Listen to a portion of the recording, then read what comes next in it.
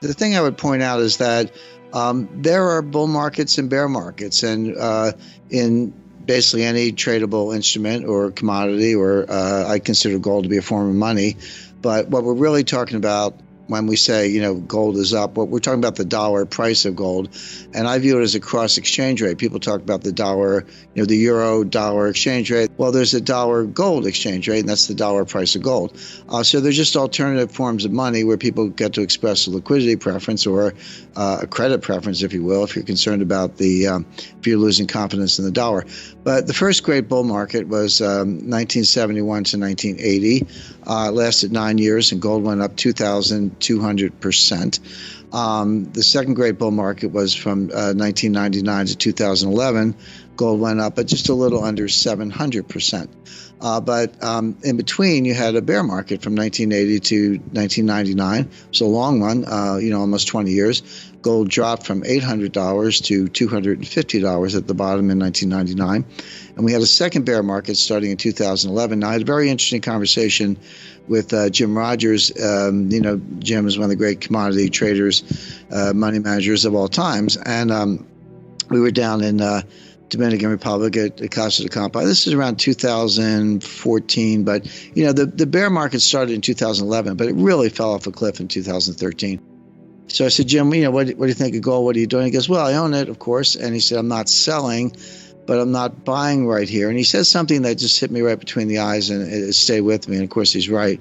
He said, gold's going to the moon, but nothing goes to the moon without a 50% correction along the way.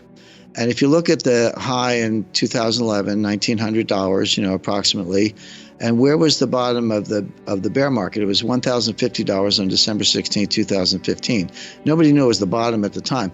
But if you look at that drop down and you use $250 as your base, because you need a base, so you had basically the run from 250 to 1900 was $1,750. Go down 50% from there, it's $825. 1900 minus 825 is 1075, and the bottom was 1050. So Jim totally stuck the landing. Like at 1050, okay, there's your 50% retracement.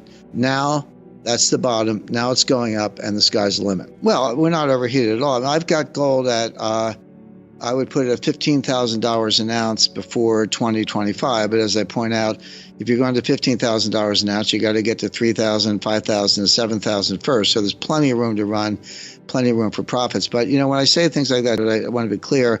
There's a lot of analysis behind it. I don't just pull a big number out of the air and for publicity, because I could care less.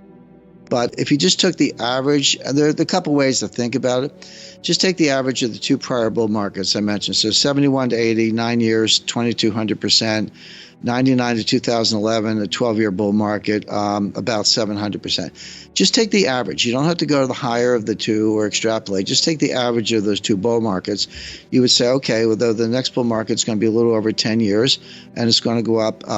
It's going to go up 1,500%. So using that as your base, just take the average of the two. You say, all right, 10 years from 2015, that puts you out to 2025. And at 1,400%, it puts you at $15,000 an ounce off a 1050 base. So that's just history.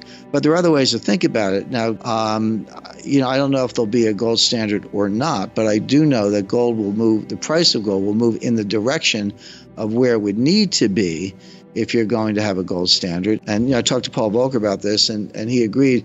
If you just took the money supply, so just take M1, which is a pretty widely accepted definition of money supply. Take it for the U.S., the ECB, UK, Bank of Japan, and People's Bank of China. There are other entities you could include, but that's over 75% of global GDP right there. Divide that number by the official gold, which is about 34,000 metric tons, a little bit less, you come to $15,000 an ounce. So if you're going to either have a gold standard or even use gold as a reference point for money, if you need to restore confidence in the dollar, the implied non-deflationary price is $15,000 an ounce. So what I find interesting is that if you use just the history of the last two bull markets and average them, or if you use a rigorous calculation, what's the implied non-deflationary price, Interestingly, they come out in the same place. I don't think they have to. They're two different methods, but they both point to $15,000 an ounce sometime over the next 3 or 4 years. It is a moving target. The numbers I gave you are based on current levels, but if you keep printing money, you need a higher price to, if you want to reference gold and not cause deflation, which they don't, you're going to need a progressively higher price of gold. One thing people forget, they look at the dollar price in absolute dollars. So it went up $100 an ounce, or, I expect before long it'll go up $1,000 an ounce a week. But each dollar increase is a smaller percentage increase. So people look at the dollar, it's real money, it's nice to make the money. But, if you go from $14,000 an ounce to $15,000 an ounce, that's only a 7% increase. I mean, you can do that in a week. So my point is, it's still $1,000 an ounce, good for the holders, but the percentage increase gets smaller and smaller as the absolute dollar amount gets larger and larger. So $15,000 sounds like a big number from today's perspective, but as you go to 10, 11, 12, it gets to be a progressively smaller percentage increase, and therefore more likely. You need to see it logarithmically to see it, a less hyperbolic curve. So logarithmically is the right way to think about it, but in dollar terms, the percentage increase gets to be pretty small at those levels. And when I say $15,000 an ounce, I don't think I'm stretching. I mean, could it be 25,000, 40,000? I mean, just take my monetary equivalent. If you use M2, and by the way, when I used M1 and did that math, that's with 40% backing, because historically 40% has been a high level of backing. If you take M2 at 100% backing, you get to 50,000 an ounce in a heartbeat. My numbers, I think, are conservative. They could be much higher. But the thing I would point out is that the Fed dug a hole and they can't get out of it. And I said all along, but certainly, 2014, 2015, et cetera, as they did the taper and then they did the liftoff and then they raised rates and all that. I said the Fed is trying to get out of this. They're trying to normalize the balance sheet, trying to normalize interest rates. But I also said they won't be able to do it. And that's exactly what happened in the fourth quarter of 2018. Between October 1st and December 24th, 2018, the stock market dropped 19%. It was 1 point away from a bear market at that stage. And then you had the Christmas Eve massacre. And that's when Jay Powell threw in the towel. He got religion. He said, okay, first he said, we're not going to raise rates anymore. Then he said, we're on pause.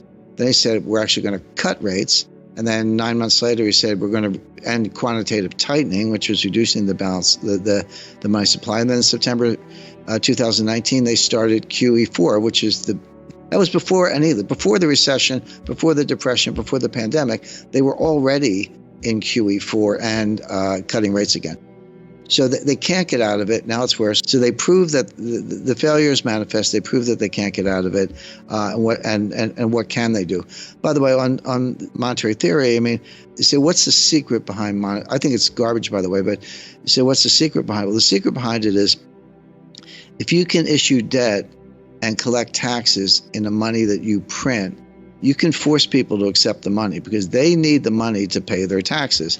And if they don't pay the taxes, they end up in jail. Now you can get extensions or do whatever, but at the end of the day, if you manifestly refuse to pay your taxes, they will come and put you in jail.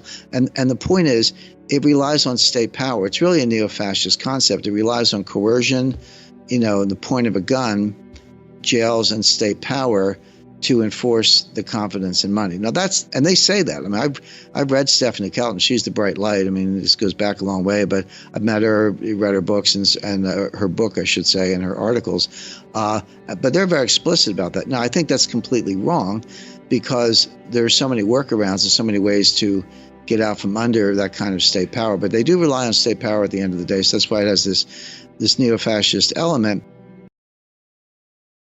Powell did not say, we're going to raise rates until core PC is 2%. He didn't say that. What he said was, we're going to raise rates until it's acting in a restrictive way on inflation, and inflation will come down on its own because rates will be high enough to cause that. At which point we the Fed will pause. And you say, well, when are you going to cut rates? He was like, the pause could be a year. So you're talking, forget this Fed pivot nonsense. I mean, you're talking 2024, if then, before they cut rates. But in the meantime, So they've got to get rates high enough. So they're going to go, 75 basis points in November. December, who knows? We'll know closer to the date. It'll either be 50 or 75. Some talk about 50, but it doesn't matter. I mean, it's going up. Probably going to go up. I have the calendar for 2023. There's a meeting February 1st and another one in late March, I think March 22nd. They'll probably raise up both of those. They're going to get rates up to five-ish. At that point, they probably will have achieved the goal of bringing core PCE down, but they will also have destroyed the economy in the process. It's like I remember in Vietnam, Neil saying, we had to. This is the latest in a long string of Fed blunders since 1913.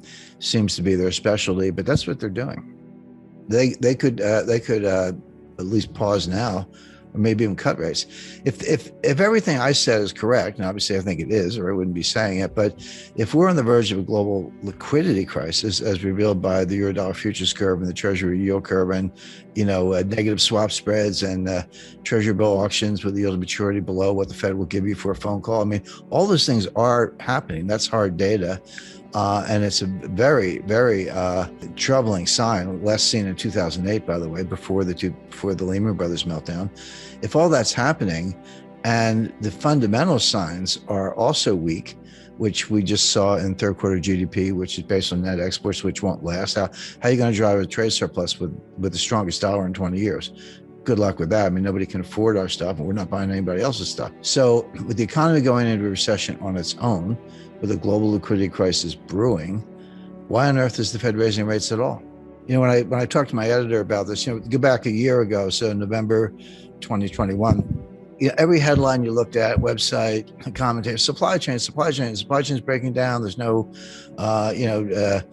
they couldn't get cream cheese to make cheesecakes at Junior's, the world's most famous cheesecake place, and on and on and on, like a long list. And then last spring was the baby formula shortage, which was serious. I mean, mothers couldn't feed their children, so it was very bad. But I found some really, really interesting research that, because everyone says, well, yeah, COVID messed it up and the war in Ukraine messed it up. Well, that's true, but it didn't start there. This started in 2018 with Trump's tariffs, because I'm not here to debate the tariffs. I actually think the tariffs were a good idea, but that was the start of the supply chain breakdown. Because when Trump put tariffs on, started with appliances, washing machines, refrigerators and stuff, and then solar panels, and then, technology, and then they just kept piling on. But you have to look at what China did in response. The U.S. and Brazil are the two largest exporters of soybeans.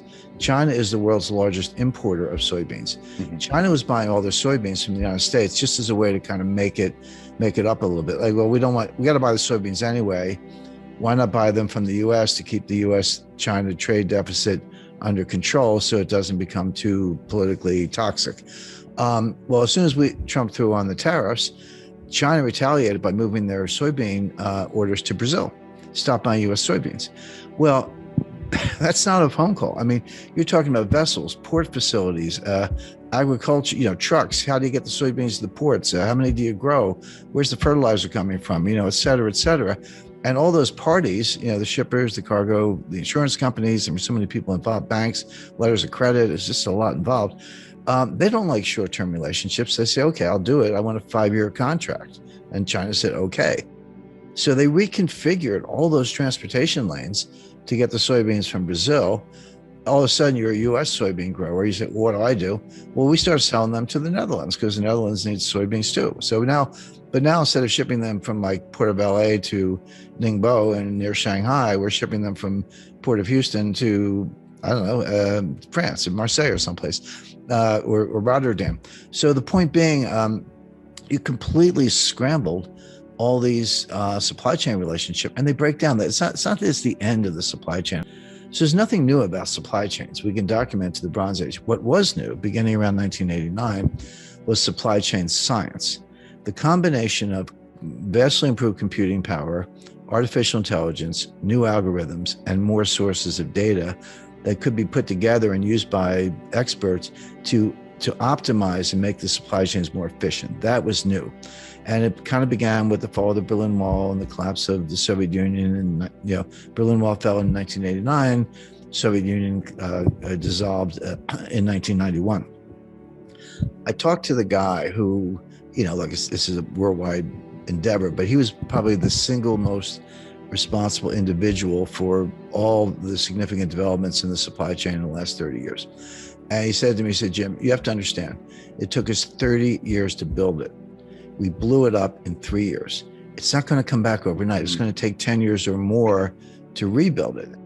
And what I talk about in the book is supply chain 1.0, which is 1989 to 2019, and then supply chain 2.0, which kind of starts now, but is going to go indefinitely because it's going to take a long time to put this together. It's it's like dropping a vase and it breaks in 1,000 pieces. You can't put it back together. You got to go buy a new vase. And that's what's going on with the supply chain. There will be a supply chain, there always is, but the new supply chain will look very different from what we've just come through. Because the whole 30 years of period I'm describing was built on efficiency, lower cost, lower cost, lower cost. It was kind of the Walmart model. So yeah, just-in-time inventory, everyone knows about that, but there's something called cross-stocking. That's where a truck pulls up at a warehouse and you unload it. Instead of putting the stuff in the warehouse, you move it to another truck that then goes to a destination. The stuff never goes in the warehouse. Inventories are very expensive. They're costly to finance. You got to move the stuff around. It's called picking. Pick the stuff off the shelf with you. I used to drive a forklift, so I know a little bit about it. And put it on a truck. I used to unload trucks too. So, hey, I've got 7 suppliers. Why don't I cut it down to 3 and do bigger contracts with each one and get lower unit costs? I've got 5 transportation lanes. Why don't I cut that down to 2, get everything to Los Angeles and Seattle, as the case may be, et cetera. And they did it for 30, and they got costs lower, and Walmart and Amazon were the champions of this, but everyone else was doing it. But they missed something.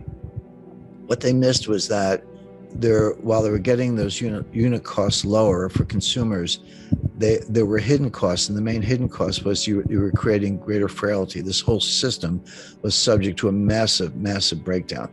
So, what happens if you have 2 suppliers and they both go on strike? What happens if you have one port of entry and it's backlogged? What happens if you've got cross-docking in warehouses and there aren't enough trucks? We need 80,000 drivers. Wish they'd hire them instead of these IRS agents. But the point being, it is breaking down all across the board. Now, can it be put back together? Yes, but the biggest difference between 2.0 and 1.0, and this goes by different names. Janet Yellen called it friendshoring, and Macron called it a constellation of nations. I use the term a college of nations, collegial club, if you will. So you'll still have trading partners, you'll still have outsourcing, you'll still have transportation lanes, but it'll be members only. It'll be basically democratic, kind of liberal republics, Western Europe, the EU, of course, US, Canada, Australia, New Zealand, Japan, and some others. India, I would expect to be included. Friendly nations, but China's out. We're decoupling from them. They're decoupling from us. This isn't U.S. driven. The U.S. is participating, but this is what China wants too. Both sides are decoupling as fast as they can. China can develop its own network, maybe Central Asian republics, some Southeast Asian, suppliers and so forth, but they're going to lose customers. Well, most of their customers actually in the United States. We won't buy their stuff and we won't sell them our stuff, particularly high-tech stuff. So the world's going to break, and these new clubs are going to be formed, and there will be trade and there will be transportation lanes, but it'll be much more restrictive. Now, will prices be a little higher? Yes, but it'll be more secure. So the way I describe that, if you buy insurance on your house, or I buy insurance on my house, you don't want your house to burn down. You hope it doesn't. But if it does, you don't think your insurance premiums are a waste of money. Like when you write that check, you're like, that's money well spent. When you pay higher prices for consumer goods, the delta between the old price and the new price is your insurance premium for a more reliable system. And also, there's a big national security component to this. People hear the government say, the economy's fine, or, unemployment's near an all-time low, which actually statistically is true. And they kind of nod and go, yeah, it's all good. And then reality is the stuff that hits you in the head like a 2x4. The propaganda is positive. We can talk about that in a little more detail. The reality is harsh. and reality wins. There's a very good book on this by Robert Shiller, Nobel Prize winning economist at Yale University. I'm not a huge fan of your garden variety PhD economists, but there are some good ones out there, and he's one of them. He wrote a book about, 2 years ago, maybe a little bit less, called Narrative Economics. And he said, we got all the models and Phillips curve and wealth effect and various quantity theory of money, and some have a place, some are more valuable than others, but don't underestimate the power of a narrative. A narrative is a story. It's basically it's a fancy name for a story, but a story that persists, that grows. And interestingly, in epidemiology, of course, we've just come through a pandemic. There's a model called the SEIR model that stands for susceptible. Are you susceptible to a virus? E for exposed. Are you exposed to it? I, are you infected? Did you get it? And R, did you recover? The difference between I and R are people who died. But it's a model, and it's mathematically based, and it's empirically validated of how viruses spread exponentially. And you can also use it to forecast how a virus is going to go. Well, what Shiller did, he took that model, moved it over to economics, and took a narrative kind of like a virus, not in a negative sense, but just as something that spreads. And it can be very powerful, and then eventually may die out or reverse, but it can be powerful in the meantime. That much I knew, but what I learned from the book that I hadn't really thought about is that narratives don't have to be true. They can be true, and they can be very powerful, but a narrative can be false and still be powerful. If it's the self-fulfilling prophecy, if enough people believe it, it sort of becomes the reality to some extent, even if it's based on false premises. He gives an example during the Great Depression. The Great Depression really was two technical recessions, but there was a period from 1929 to 1933, election of Franklin Delano Roosevelt. And then there was another period from 1933 to 1937. The 37 and 1940 part we leave aside for this purpose. But during the first part of the Great Depression, unemployment was high, output was dropping, trade was dropping. It was a very, very bad time, no doubt about it. But not everybody was out of work. Not everybody was poor. There were a lot of people with a lot of money at the time. But it was felt that being ostentatious was poor form. It's like, okay, I'm lucky I have a job, I've got some money, but I'm not going to buy a new car, buy a big house, or flash it around or whatever, because it's really not considerate of all the people who actually have fallen on hard times. Well, that was the narrative, but it's the worst possible economic advice, because it's precisely the fact that people with the money should keep spending that kind of can boost the economy out of the depression. So by people saying, well, even though I have the money, I'm not going to spend it because it's poor form, we're actually prolonging the Great Depression. Now, when FDR came along, was elected in 1933, became president in 1934, the psychology turned 180 degrees, and all of a sudden, the Democratic campaign song was "Happy Days Are Here Again," and FDR seemed to solve the banking crisis and so forth. And all of a sudden, it became okay to spend money. Well, in the middle of the Great Depression, 1934 to 1936, those were some of the strongest years ever for the stock market. And unemployment did come down a lot. Now, the problem is it came down from like 25% to 15%. Well, 15% is still, painfully high, but it was a big move in the right direction. So he describes how the narrative flipped from don't spend money, it's poor form, to, go spend money and help the economy. None of that is taught in business school. It's not taught in economics. It can be modeled using this epidemiology model, but it doesn't fit into any of the standard macroeconomic models, but it's powerful stuff. And so today what's going on is that the White House is trying to push a narrative, and they're failing badly. But they'll say, if you listen to deliberations among White House officials, some of the stuff leaks to the press, and I know some of these people. It's like the economy's great, unemployment's really low. We've created all these jobs since the pandemic, but we're doing a really bad job of messaging. The point is, they're inside the White House. They're frustrated that the positive economic story is not getting out. The correct analysis is that there is no positive economic story. The economy is in terrible shape. The problem is not the messaging, it's the message. And this is where I say the propaganda from the White House that things are great is at odds with the reality, which is things are not great. Let me give you some specific data points, because as I say, I don't like to make statements like this without backing it up. Number one, the inflation was going up long before the war in Ukraine started. So if everything is great until February 27th, and then Russia invades, and then all of a sudden the inflation goes up. All right, let's talk about it. But that's not true. This inflation goes back to late 2021. It was persistent in the fall. We all remember the Fed and the Treasury saying transitory, transitory, transitory. And then finally, I think Jay Powell was testifying before Congress. He said, it's time to retire the word transitory. So that was his way of throwing in the towel. And Janet Yellen admitted she was mistaken also. So it predates the war, number one.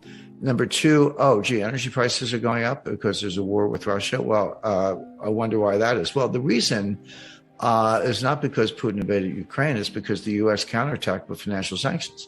Now, bear in mind, go back to January 21st, 2021, when Biden was sworn in as president, and then went back to the White House. What was the first thing he did? He closed the Keystone XL pipeline. This is a pipeline that would bring oil from Alberta, Canada, into the United States, where it would connect at a hub. I believe it's in Kansas, but somewhere in the central United States. And then the hub distributes it to the entire country. So he shut down that pipeline, which curtailed the supply of oil from Canada, then ended new leasing, oil and gas exploration leasing of federal lands, handicapped the fracking industry, took a number of other steps using environmental tools, climate alarm, government subsidies, et cetera, to basically, to the extent possible, shut down the U.S. energy industry as much as possible. Now, you can't shut down completely, of course, but everything happens at the margin. And then we end up with oil prices doubling or tripling, really, from $40 to $120 in under a year, which is comparable to what happened in 1973 with the Arab oil embargo. And then Biden wakes up and says, guess we need more oil. And he wants to reopen leasing. I said they shut it down. They did, but he wants to reopen it. He's begging Saudi Arabia to pump more. Saudi Arabia is kind of not returning his phone calls. He's begging Venezuela to pump more. Oh, great. The greatest pariah dictator in the Western Hemisphere, and we're begging him for oil. So why don't we drill our own oil? Because we were a net exporter up until 2021, and then Biden came in and we lost that edge and became a net importer, including recently buying oil from Russia. They curtailed that for political reasons, but that's kind of where we got to.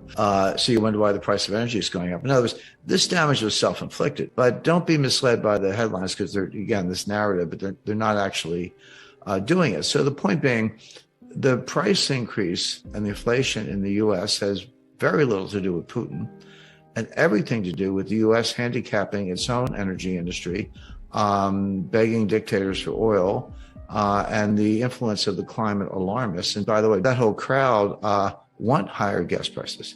They want gas to be $7, $8, $9 a gallon because they expect that will accelerate the transfer to electric vehicles and make the electric vehicle more attractive relative to the internal combustion engine.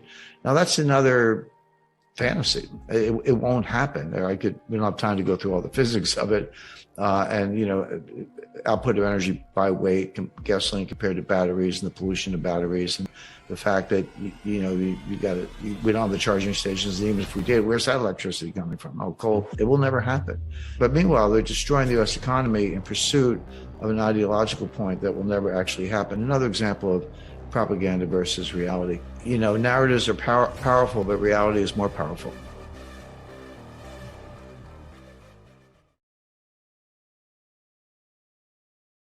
Disinflation, definitionally, but maybe even deflation is the opposite, at least for the time being. Inflation is the end game. It has to be because there's no way out from under the debt.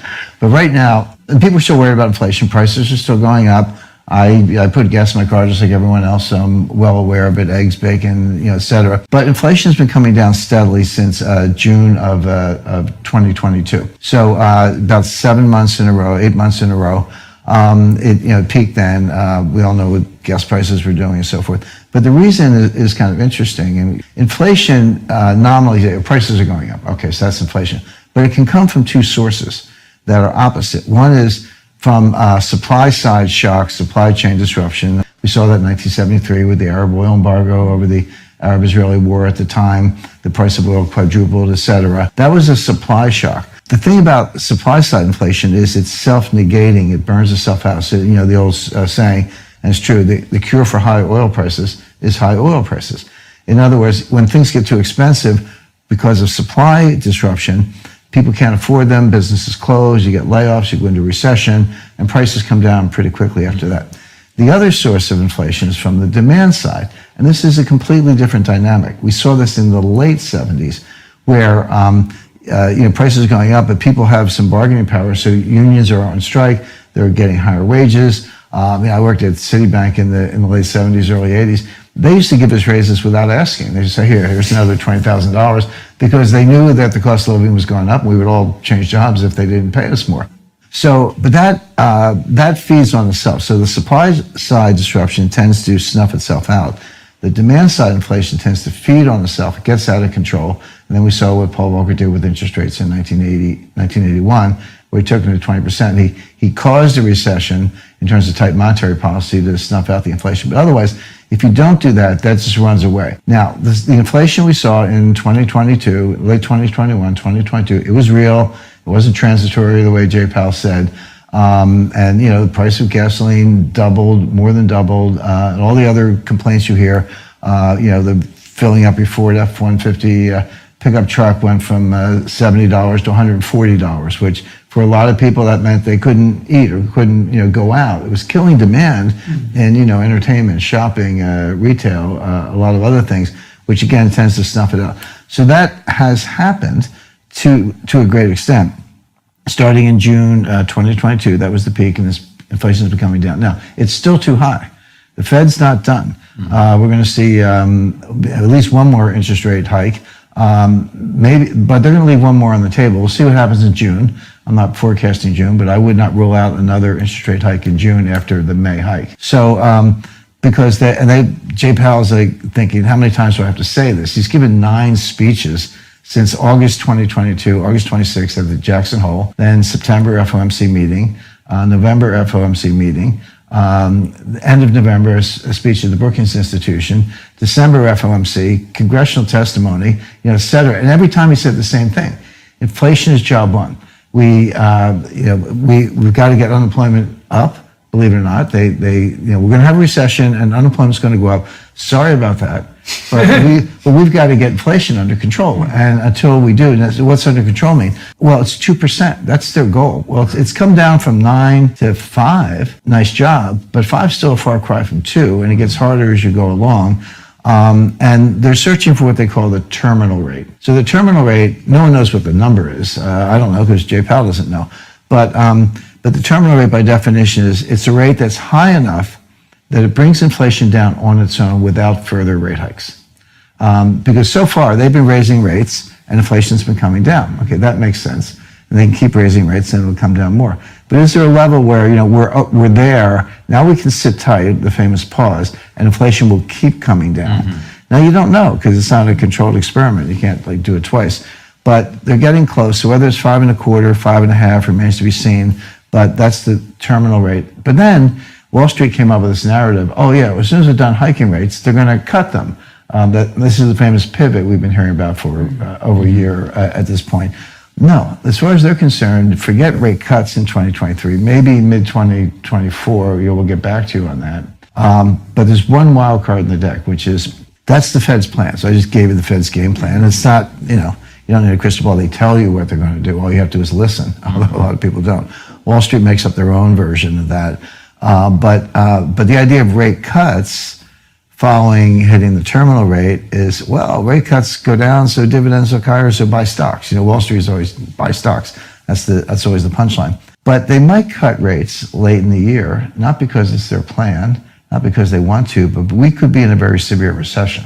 And that, at which point, because the Fed's always late, they're always following the market. They never lead the market. If they've already raised it, let's say they may already be at the terminal rate, not know it. And so if they keep raising, which I expect they will, they may throw this economy into a very severe recession, at which point they may have to cut rates, not because it's in the playbook, but because unemployment goes up to 7%. And but that gets back to the first question, Constantine, which is what's next? Disinflation, maybe deflation. The answer is diversification. Everyone goes, oh, we know that, diversification. But they know the term, but they actually don't know what diversification is. And I'll give you an example. I run into people all the time. They go, well, Jim, I'm fully diversified. I have 50 stocks in 10 different sectors: telecommunications, semiconductors, consumer non-durables, metals and mining. And I go, you're not diversified. You may have 50 stocks, but you're in one asset class called stocks or equities. And they're all going to go up together, or they're all going to go down together. And the more stressful the condition, the more reason you have to be concerned about it, the higher the correlation. You know, on any given day, some stocks go up and stocks go down. But when you dial the stress meter up, they all tend to move together. So that's, I don't care about your 50 stocks, your 10 sectors, that's not diversified. So what does real diversification look like? Have a sleeve of equities if you want, that's fine. I would say I look hard at oil, natural gas, natural resources, agriculture. Again, kind of equities that have hard assets behind them that will do well in inflationary times or even in recessionary times, because you need all those things no matter what. Then a slice of real estate. You know, I wouldn't be in commercial real estate, but residential real estate, income producing real estate, farms, etc. That's good. I have a big slug of cash. And people go, well, cash doesn't have any yield. Well, lately the yields, you can get 2-3%, on like a CD. But even in a simple savings account, it is quite low. It's kind of less than 1%. But people don't understand the value of cash in a couple of respects. Number one, in a deflationary environment, we're not there yet, but we could hit that if the recession gets bad enough. Cash could be your best performing asset. It doesn't go up in nominal terms, but it goes up in real terms. If you have 2% deflation, your cash is worth 2% more in terms of purchasing power.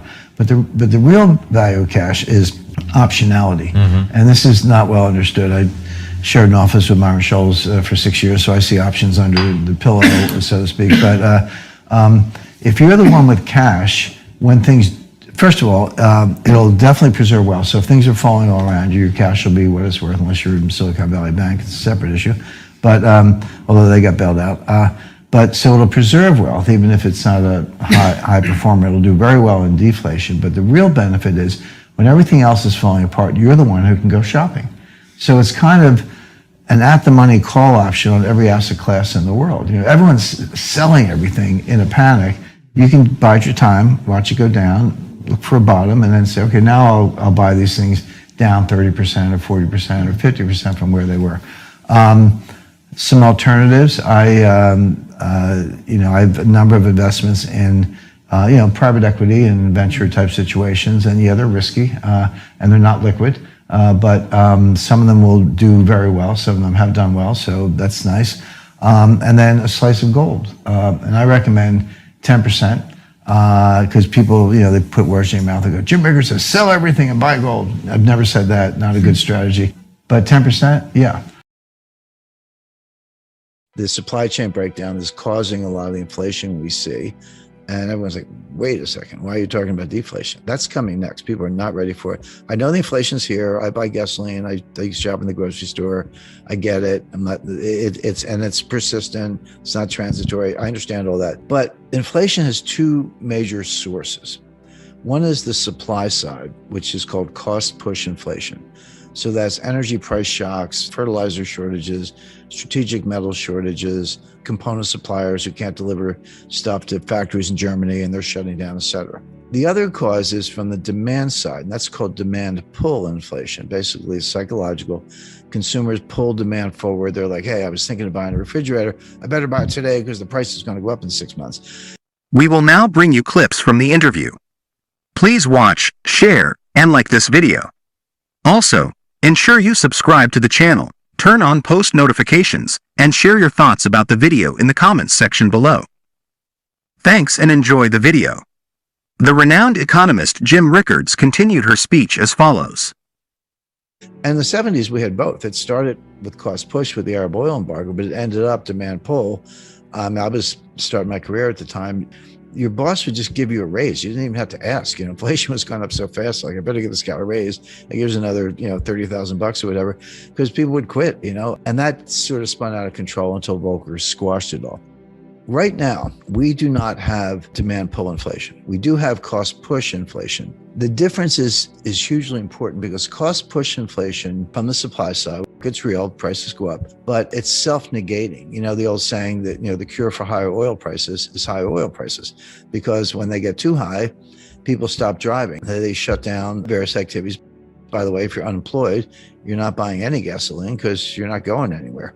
I mean, that's kind of a nasty way of putting it, but that's how the cost push inflation tips into a recession, and then prices come down. And we saw that in 1974.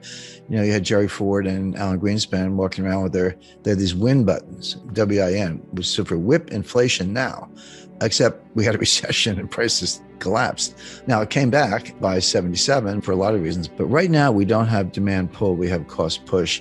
It will go away when this economy goes into recession. And then we're going to be talking about disinflation and deflation, which are, kind of close cousins. And the Fed's going to be out on a limb as usual, raising rates in the face of a recession and a price collapse. I don't know what the recession is a cure for. It's coming. I mean, the recession is coming. And Jay Powell said this. I mean, Jay Powell gave two speeches, August 26th, Jackson Hole, and September 21st at the press conference after the FOMC meeting that day. And the September 21st speech was almost like, well, just in case you weren't listening to me in Jackson Hole, let me tell you again what's happening. And then Jackson Hole, he was like Nancy Pelosi. He tore up a speech and wrote a new one, like literally the day before. It was 3 or 4 pages. It was really short. He used the word pain 3 times in one paragraph. I've been following Fed news for 45 years. I've never seen the word pain ever. But he basically said the same thing. But September 21st, he was even more blunt. He said, there's going to be a recession. It's going to be bad. Unemployment is going to go up. Get it straight. These things are going to happen. And that's what it's going to take to get inflation under control. But he went on and on about how inflation was job one, because the Fed has this dual mandate, which never made sense, but it's the law. I mean, Humphrey Hawkins. The dual mandate is price stability and low unemployment. Those two things don't always go together. And sometimes you got to make trade-offs between the two. But right now, the trade-off is very easy, which is unemployment's really low. Now, I don't put much weight on it, but the Fed does. Again, put your Fed hat on. Unemployment's really low. If unemployment went from 3.5 at the moment, if it went to 4.5, 4.9, is that the end of the world? Well, that was considered pretty low in 2013 when they were doing QE4 or whatever. So they're willing to do that. And they also think the recession, if it comes, will be mild. But those two things together will get inflation under control. The renowned economist Jim Rickards continued her speech as follows. I, in the statement from Powell, indicated he didn't express that. Their focus is on the core PCE, the Personal Consumption Expenditure Price Index, core, meaning excluding food and energy, and everyone's like, why would you exclude food and energy? Once again, I'm not here to argue about it. That's their approach. They aim to achieve a 2% core PCE annually. Powell didn't mention that we're going to increase rates until core PCE is 2%. He didn't say that. What he stated was that we'll raise rates until it has a constraining effect on inflation, and inflation will naturally decrease because rates will be sufficiently high to prompt that, at which point we, the Federal Reserve, will pause. Then you ask, well, when will you lower rates? He was like, the pause could last a year. So you're talking. TW. Let go of this Fed policy change nonsense. I mean, you're talking about 2024 before they reduce rates. It's similar to what I recall from Vietnam, the old saying, we had to devastate the village to preserve it. We have to damage the economy to rescue it. This is the most recent in a long series of Federal Reserve missteps since 1913. It seems to be their specialty, but that's what they're doing. And on top of all that, there's an impending global liquidity crisis, a worldwide financial crisis that differs from a recession. It's a financial panic, and recessions are distinct events. They can occur independently. In 1998, we had a financial panic, but there was no recession. In 1990, we had a recession, but there was no financial panic. In 2008, we had both. They can coincide. It appears they might be coinciding again. This is evident in inverted yield curves. Major dealers are competing in auctions for Treasury bills. The Fed will provide you with Treasury bills with a single phone call. All you have to do is contact the Fed and conduct a reverse repo. They'll provide you with some Treasury bills. However, banks are bidding in auctions for Treasury bills that yield a maturity lower than what the Fed will provide with a phone call. Why would they do that? The explanation is that the Fed bills cannot be rehypothecated. They cannot be used as collateral. However, the auctioned bills can. This indicates there's a collateral shortage. This implies reducing balance sheets, financial distress. And we also observe it not only in the Treasury yield curve, which is inverted from 6 months to 10 years at present, but also in the Eurodollar futures curve, which is even more concerning. It's not unprecedented, but it is rare, and it's not a good sign. Nevertheless, the Fed persists in raising rates despite this extremely unfavorable data. So, I anticipate a significant recession in the US, and the global outlook is fairly grim. Moreover, there's the possibility of a global financial liquidity crisis worse than 2008. If all I've said is accurate, which I believe it is, or I wouldn't be stating it, they could, at the very least, take a break now or even reduce rates. But if we're on the brink of a global liquidity crisis, as indicated by the Eurodollar futures curve and the Treasury yield curve, and negative swap spreads and Treasury bill auctions with a yield at maturity below what the Fed will provide with a phone call. I mean, all these developments are taking place. That's hard data, and it's a very, very concerning sign. Less evident in 2008, incidentally, prior to the Lehman Brothers collapse. So, with the economy naturally entering a recession, along with the brewing global liquidity crisis, why on earth is the Fed raising rates at all? That's unsustainable. So I foresee a more severe recession. That's one aspect, combined with Fed tightening, interest rate increases, balance sheet reductions, and so on. That's one whole dimension, and I wouldn't place much weight on a low unemployment rate. It disregards the labor force participation rate, which is abysmal. You know, it's around 62% compared to 70% in the year 2000. However, unemployment is a lagging indicator. Unemployment rises after a recession begins. Employers are very reluctant to lay off employees. You have to pay severance. Recruiting and rehiring them and providing training is costly. Employers typically wait until the recession has already commenced, and they say, oh, well, I have to lay off some people. So it's not a leading indicator, it's a lagging one. Don't forget to like our video and subscribe for our channel.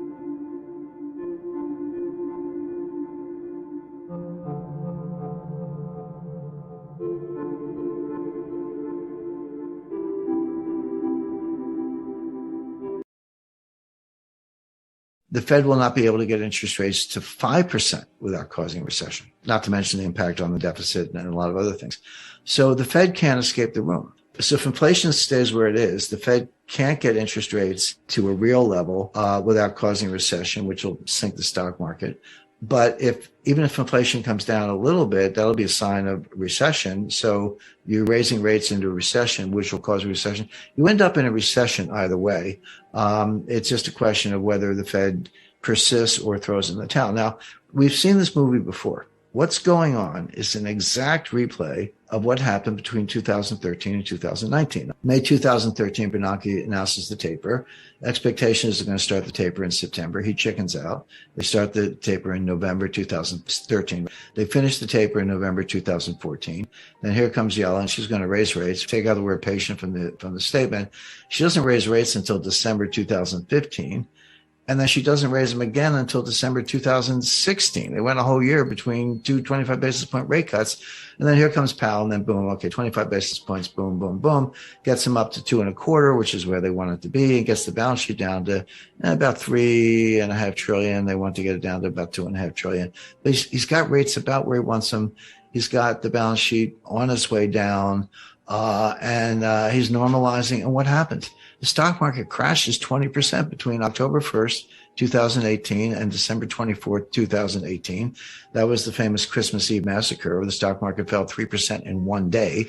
But the Fed's still tightening. The Fed tightened like a week before the Christmas Eve massacre. They tightened into the weakness. They were getting very close to crashing the stock market. They took it down 20% in 3 months, getting close to crashing it. So what happens next? First week of January, Powell comes out. Okay, we're not going to raise interest rates anymore. We're going to be patient. They use all these code words. We're going to be patient. Then he starts cutting rates. Then he starts QE. I forget if it was 8 or 9, whatever. Lost track of QE. He starts QE 8, let's say. And then that takes you into 2020. And here comes the pandemic and rates go down to 0. And the balance sheet goes to $7 trillion. They were back where they were in May of 2013. Except worse, because now the balance sheet was even bigger than it was then. A complete failure.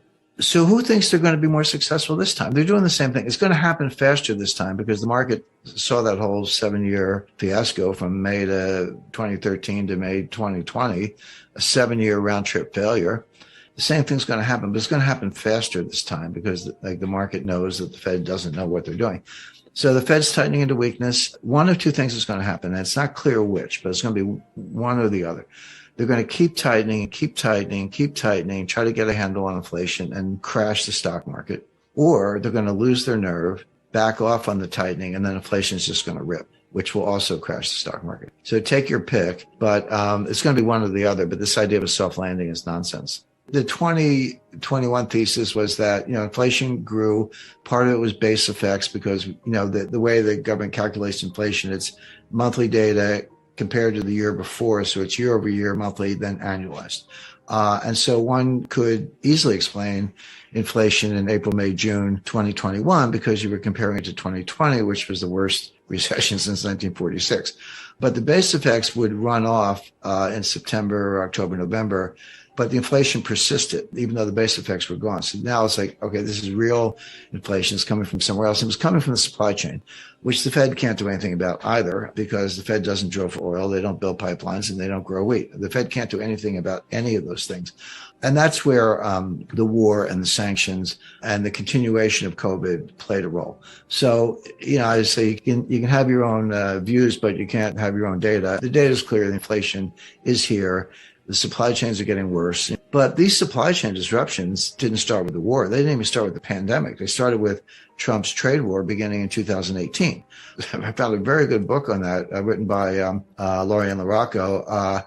And what's interesting about her book is that she finished it in late 2019. So it's almost like a controlled experiment. It was pre-pandemic. It's easy to say that the pandemic disrupted the supply chain, which it did, and the war disrupted the supply chain, which it did. But here we have a very rigorous study of what was happening to supply chains before either one. And the answer is they were a mess. They were a mess back then because of tariffs on China and China redirecting soybean purchase orders from the United States to Brazil. That sounds easy because Brazil grows soybeans. Well, guess what? You got to get the ships to Brazilian ports. You got to rearrange all the logistics lanes. That was happening already. Pandemic made it worse, and now the war makes it even worse than that. Yeah, the world is breaking up. We're decoupling. Globalization is over. There'll be a new form of it. It's not the end of world trade, but you're going to see, maybe the Five Eyes, UK, US, Canada, Australia, New Zealand, and friends in Western Europe form a new trading bloc, but exclude China and Russia. It'll be a little bit more like the Cold War. I talked to Paul Volcker about this, but here's what happened in the 70s. Now, it started as cost push inflation. It was the Arab oil embargo in 1973 after the 1973 war, the Israel-Arab war. Then the Arabs threw the embargo on us. The price of oil quadrupled. It went from $3 a barrel to $12 a barrel. It sounds cheap, but that's a 300% increase. And then we had a severe stock market crash and recession in 1974, which at the time was the worst since the Great Depression. We've had worse ones since, but at the time, that was the worst recession since the Great Depression. Then we come out of that, and along comes the Fed, and we went off the gold standard. Nixon had an easy monetary policy in 72. It was a little earlier for his reelection effort, et cetera. So here comes the inflation. But what happened along the way, and then you had another Arab oil, actually an Iranian oil embargo in 1979 after the Ayatollah took over. So there were double oil shocks. That was supply-driven cost push inflation. But along the way, it morphed into demand pull. It morphed into a demand-driven inflation. Now, I lived through it. I mean, I was a young, up-and-coming lawyer at Citibank and a senior officer living in New York City. And that was the world where if you wanted anything, new furniture, TV set, vacation, whatever, you ran out, you dropped everything, ran out and did it because the price was going up so fast.